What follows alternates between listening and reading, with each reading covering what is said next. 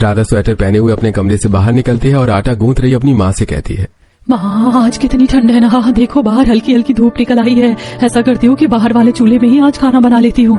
ठीक है राधा, मैंने लकड़ियाँ बाहर ही सूखने के लिए रख दी है। जल्दी से खाना बना ले, देर मत करना, तेरे पिताजी को भी काम पर जाना है। हाँ माँ, बस मैं अभी बना लेती हूँ। अब राधा अपने आंगन में बने हुए चूल्हे के पास जाती है। पहले वो झाड़ू लगाती है, उसके बाद लकड़ियां लेकर आती है और चूल्हे में लकड़ियां लगाकर चूल्हा जला लेती है। फिर वो चूल्हे पर सब्जी बनाने लगती है। थोड़ी देर में सब्जी बन जाती है। फिर वो रोटी बनाना शुरू करती है। तभी उसकी सहेली पूनम आती है और कहती है, अरे राधा, तू खाना बना रही है? हाँ पूनम, और तू बता कैसी है? यार मैं तो अच्छी हूँ, लेकिन तुझे पता है कि आज हमारे गाँव में मोहन चाचा के घर गैस चूल्हा सिलेंडर आया है। राधा डर जाती है और कहती है, यार पूनम, तू मुझसे गैस और सिलेंडर की बातें मत किया कर, मुझे बहुत डर लगता है। राधा भूल भी जा उस बात को, लेकिन तू मुझसे ये सब बातें मत किया कर। ठीक है बाबा, नहीं करूँगी। अच्छा ला, मैं तेरे साथ रोटी बनवा लेती हूँ। ठीक है, ये ले। पूनम राधा के साथ रोटियां बनवाती है। उसके बाद पूनम चली जाती है। राधा चूल्हे के पास ही चटाई बिछाकर अपने माता पिता और अपने छोटे भाई के लिए खाना लगाती है।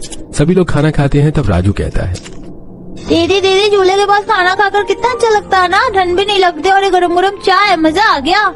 हाँ राजू तो सही कहता है। सभी लोग खाना खाते हैं। तभी ममता कहती है, राधा बेटा, तुम्हें पता है ना कि आज रात मुखिया जी की बेटी की शादी है और हम सबको वहाँ चलना है। और जी आप भी मत भूलना, जल्दी घर आ जाना। हाँ ममता, अच्छा किया जो तुमने याद दिला दिया। मैं जल्दी आ जाऊंगा। हम सभी रात को मुखिया जी के यहाँ की शादी में चलेंगे। अब रात को सभी लोग तैयार होकर मुखिया जी के घर मुखिया जी की बेटी की शादी में पहुंचते हैं। राधा वहाँ पर अपनी सहेलियों से हंसकर बातें कर रही थी। उस शादी में अनिल भी अपने परिवार के साथ आया हुआ था। अनिल राधा को लगातार देख रहा था। तभी अपर्णा कहती है, क्या बात है देवर जी, मैं देख रही हूँ कि उस लड़की से तो आपकी नजर ही नहीं हट रही है। भाभी देखो ना, वो लड़की कितनी सुंदर है और उसकी हंसी कितनी प्यारी है। भाभी, मुझे तो वो लड़की बहुत पसंद आ रही है। चलो शुक्र है भगवान का कि आपको कोई तो लड़की पसंद आई देवर जी। मैं अभी माँ जी से जाकर बात करती हूँ और उस लड़की से आपका रिश्ता पक्का करवाती हूँ। ये सुनकर अनिल खुश हो जाता है और उसके बाद अपर्णा अपनी सासू माँ के पास जाती है और कहती है, सासू माँ, उस लड़की को देख रही हो? देवर जी को वो लड़की बहुत पसंद है और सच कहूँ तो मुझे भी लड़की बहुत अच्छी लग रही है। हाँ बेटा, मैं भी उसे देख रही हूँ, लड़की तो सच में बहुत अच्छी है। ऐसा करते हैं कि शादी निपटा कर हम कल सुबह उसके घर चलेंगे और रिश्ते की बात कर लेंगे। अगले दिन सुबह ही मुखिया जी से राधा के घर का पता पूछकर सभी लोग राधा के घर जाते हैं। तब राधा की माँ राधा से कहती है, राधा जा जरा चूल्हे पर सभी के लिए चाय और पोहा तो बना कर लिया। जी माँ। राधा बाहर चूल्हे पर चाय और पोहा बनाने के लिए चली जाती है। तभी अनिल की माँ ममता से राधा के रिश्ते की बात करती है। ये सुनकर ममता बहुत खुश हो जाती है और कहती है, बहन जी, आप जैसे अच्छे घर में मेरी बेटी बहू बनकर जाए, इससे अच्छी बात हमारे लिए क्या हो सकती है। हमारी तरफ से रिश्ता पक्का समझिए। राधा भी चाय पोहा लेकर आती है और सभी को खिलाती है। इस तरह राधा और अनिल का रिश्ता पक्का हो जाता है। अब दोनों घरों में शादी की तैयारी होने लगती है। 2 महीने के अंदर ही दोनों की शादी हो जाती है और राधा दुल्हन बनकर अपने ससुराल आ जाती है। गृह प्रवेश के बाद राधा बहू अपने कमरे में जाकर आराम कर लो, अपर्णा बहू तुम्हें तुम्हारे कमरे तक छोड़ देगी। अपर्णा राधा को उसके कमरे तक छोड़ती है और कहती है, राधा किसी चीज की जरूरत पड़े तो मुझे कॉल करना। ऐसा कहकर अपर्णा चली जाती है। थोड़ी देर बाद अनिल कमरे में आता है। वो दोनों आपस में बातें करते हैं। तब अनिल कहता है, राधा, मैं तो तुम्हें देखते ही दिल दे बैठा था और मैंने सोच लिया था कि शादी करूंगा तो इसी लड़की से करूंगा। अनिल की बात सुनकर राधा शर्मा जाती है। अगली सुबह राधा सोकर उठती है और तैयार होकर हॉल में आती है। तब राधा की सास कहती है, राधा बहू, मोहल्ले की औरतें अभी आती ही होंगी, आज तुम उनसे मिल लो और फिर कल हम तुम्हारी पहली रसोई का पूजन करेंगे। जी माँ जी। तभी वहाँ पर अपर्णा सभी के लिए कॉफी लेकर आ जाती है। वो सभी को कॉफी देती है। राधा कॉफी पीते हुए कहती है, भाभी मैं भी आपकी मदद कर दूं? अरे देवरानी जी, इतनी जल्दी क्या है, आज तो आपका ससुराल में पहला दिन है। खाना मैं बना लूंगी, वैसे कल आपका चूल्हा पूजन और पहली रसोई है, आप खाना कल ही बनाना।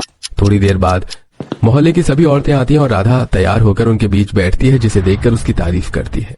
देव की बहन, तुम्हारी बहू तो बड़ी सुंदर और संस्कारी भी लगती है। हाँ बहन, मेरे घर में तो अब 2 लक्ष्मी आ गई हैं। सभी लोग चाय नाश्ता करते हैं और फिर बहू को गिफ्ट देकर चले जाते हैं। दोपहर हो चुकी थी। तभी सोफे पर बैठा विनीत अपर्णा से कहते हैं, अपर्णा बहू, छत पर अच्छी खासी धूप है, तुम जरा राधा बहू को छत पर घुमा कर ले आओ, इसी बहाने वो थोड़ी धूप भी सेक ले। अब अपर्णा राधा छत पर जाती है। राधा देखती है कि छत काफी साफ सुथरी थी। आसपास के कुछ लोग अपनी छत पर बैठकर धूप ताप रहे थे तो कुछ लोग अपनी छत पर कपड़े सुखा रहे थे।